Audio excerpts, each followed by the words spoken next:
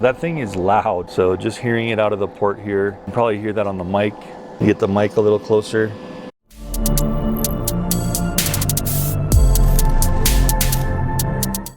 Hey guys, thanks for tuning in. Today we're going to be testing out another 1 kilowatt hour power station. This one is specifically from VTOMAN. This is their FlashSpeed 1000. See what it can do. You know, the typical water kettle, electric kettle, toaster, all that kind of stuff, and just see if we can make it clip, how long it'll last, and just really what this thing does. So anyway, let's get started. I like how they're making a seal here, kind of like other brands, to make sure that your box isn't opened. You can see that they have a sticker here right across the top. So we got a box within a box, guys. That's great. Looks like they're really making sure that their packing is good so far. They also do have another one of those seals on the bottom. So, you know, if somebody tries to open it up on the bottom as well, that is going to be broken. There we go.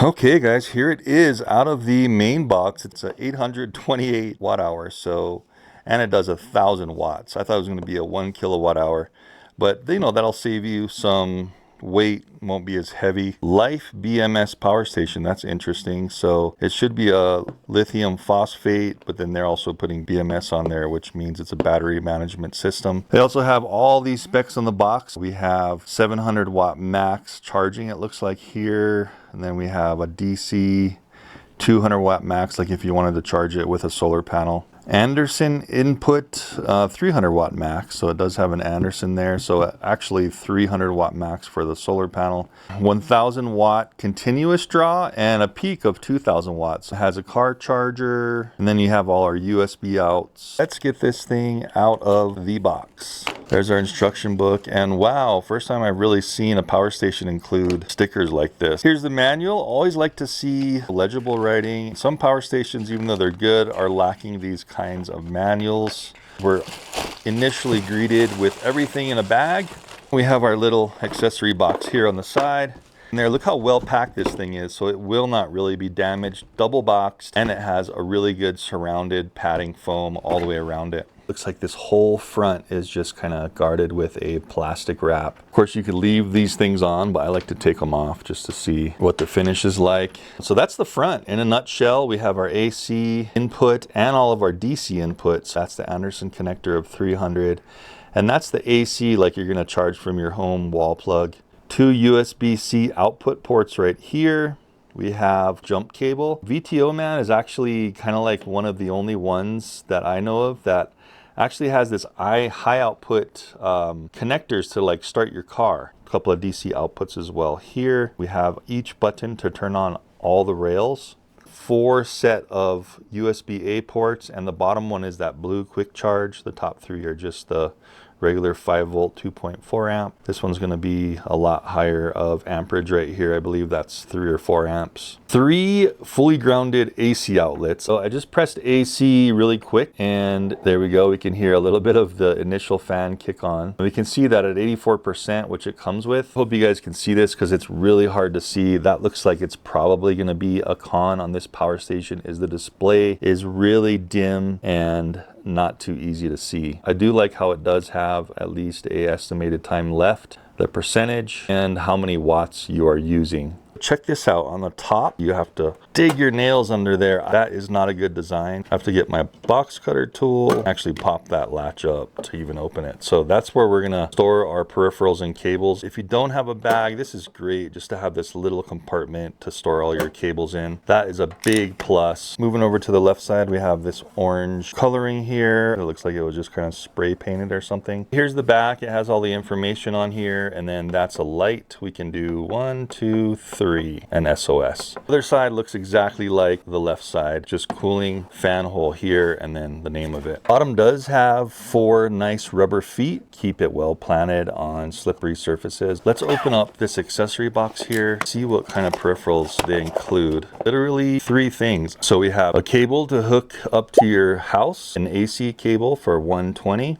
Then we have 2 other cables here. We have a USB-C to C here, and we have a USB-A to C. I thought it said car charger, and that's what they forgot to put in the box. Recently, I have had bad luck with power stations. You know, if you guys want to have good reviews, why not just make sure you have all of your peripherals that you say are going to be in the box with the power station that people are buying. Anyway, let's go ahead and put this thing on a couple of charging devices. We're going to be charging off of solar with the Anderson connector, and we're going to also charge it with our AC. Let's see how that works.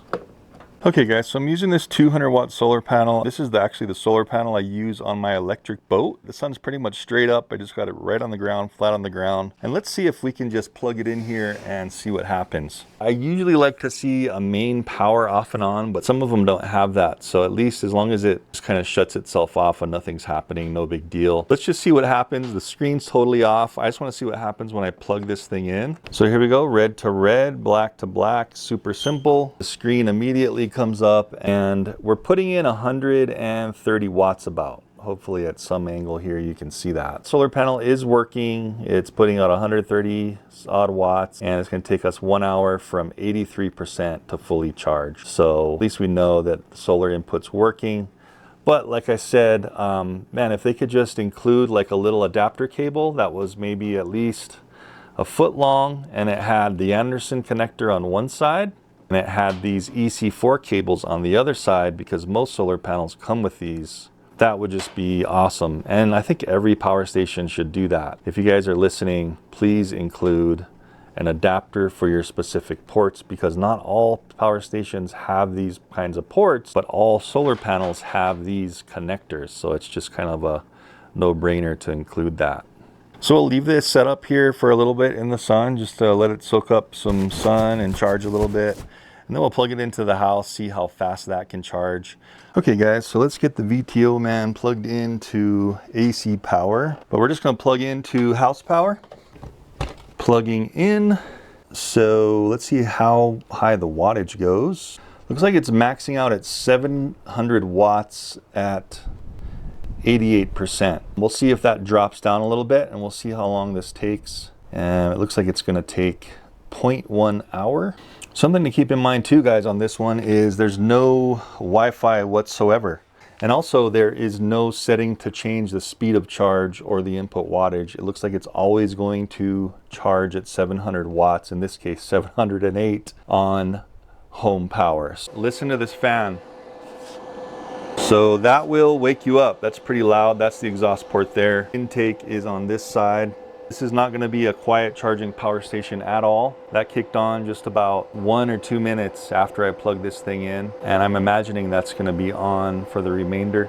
Outside temp right now is maybe around 90. It's a pretty hot day today, but that's what you can expect. So maybe not a good power station to keep anywhere where you're going to be sleeping and charging or running it.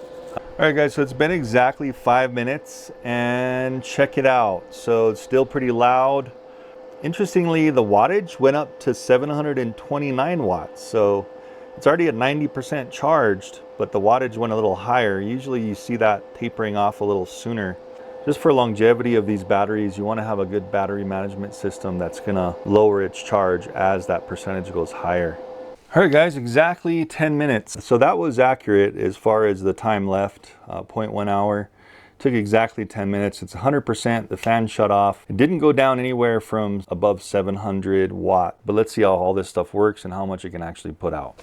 All right guys, so here is the test bed. We have everything kind of laid out here. I've got a toaster over here on the left. We have electric kettle with 1 liter of water in it. And of course I just have your regular stuff to use on the USB ports. iPad mini, I'm gonna charge a GoPro, and I got my phone. See how these high wattage USB-C ports work. And then if we still can't clip it, or it's doing fine with all this stuff running, I'm gonna plug in the Food Ninja. Now these are like the air fryer, air crisper slash. Anyway, so let's get started guys. So unfortunately you have to kind of turn on a rail to even get the screen, since it has no power button. So we have to just press something here. So you have to press it twice. So you get a quick little power up. Hopefully that toaster's not blocking the vent too much. I guess first off we'll plug in the GoPro here. plug in with our USB-C. So just turn that on. So I don't know, maybe it's having a problem charging. Let's go ahead and plug in the phone here. There we go. And unfortunately, the proprietary phones that have kind of the proprietary power adapters aren't going to even work with this high power output. This is only pulling 18 watts here. So let's try the iPad mini. That seems to charge. Let's see if we can get some of these numbers on camera. So we're only pulling 19 watts so far. So with all these things, these USB stuff plugged in, barely getting anything. So let's start to plug in some of these other items. Here's the toaster. Here is the hot water kettle. Let's start up the hot water kettle real quick. So this is going to turn on blue, and then once it boils, it'll pop off. So we are now getting 919 watts. Hearing the fan start to kick on very low. Let's go ahead and start the toaster here. 2 minutes and 44 seconds, and we'll start that. Just heard the fan kick on a little bit louder on there. And we're only pulling 1,074 watts. Basically interesting. This thing has kind of a limitation of what you can pull. Yeah, so even though these things should be pulling like 1,500 watts, it's actually only pulling, allowing it to pull a little bit over 1,000. You see that there? It's 1,066 watts. So it's limiting all these kind of heating devices to pulling watts, and it's not clipping. Yeah, so that thing is loud. So just hearing it out of the port here, you can probably hear that on the mic. You get the mic a little closer.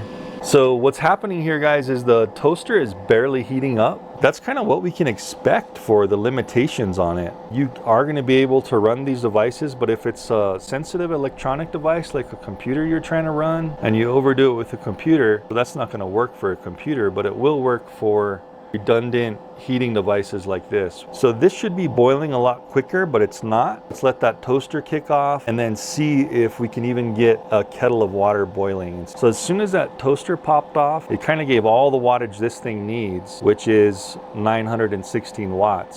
So I'll just wait till this thing boils, give it a few minutes. Okay guys, just getting into a rolling boil. Just took a minute and we're down to, it looks like 84%. Looks like the GoPro decided to charge too. So what I'm gonna start doing is testing the pass-through connection.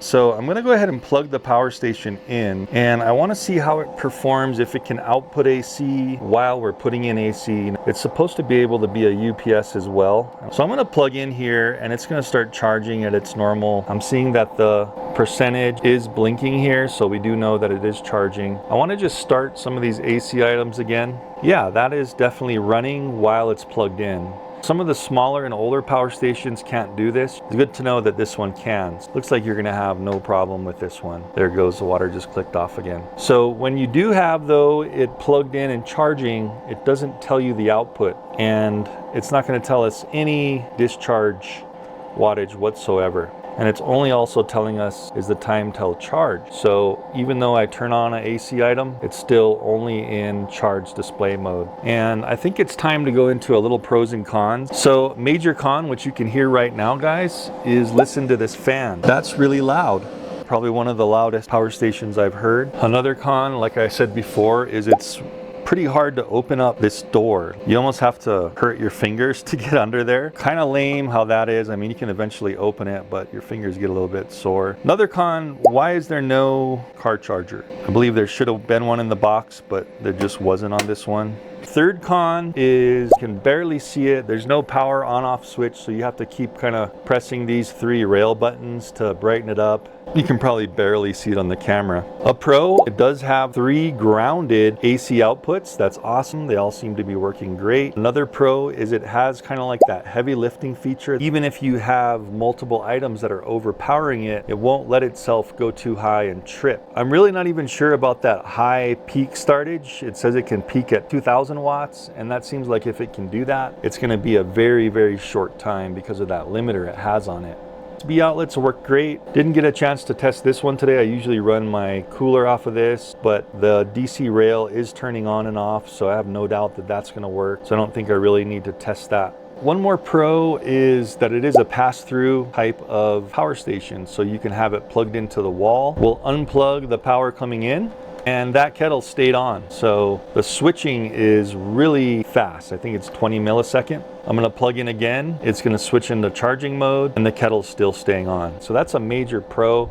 That's what I'm definitely going to be testing nowadays with these power stations. Another con is there is no Wi-Fi, no clicking on any buttons, adjusting anything at all. You're stuck at 700 watt charge rate and it's maximum of 1,000 watt output discharge rate. So this is going to be a cheaper power station. It does a good job. It doesn't have all the bells and whistles. It does have this jump cable port, which is interesting, which a lot of the other ones don't have. So if your car dies, like I was saying before, you can just jump it if you get that accessory. I think that's going to do it for the VTOMAN Power Station FlashSpeed 1000. So let me know if you like what you're seeing here down in the comments below, and below the video in the description you can also see everything I review. This will be down there, some of the peripherals I use for filming and some of the things I like to use in everyday life that I've tested are all down below, down in the description, so go down there and check it out. But I hope this is informative for you. I think we put it through the gamut of tests. I think that was good enough to figure out what this thing can do and what it can't do, and I hope you enjoyed it. See you in the next one. Thanks for watching.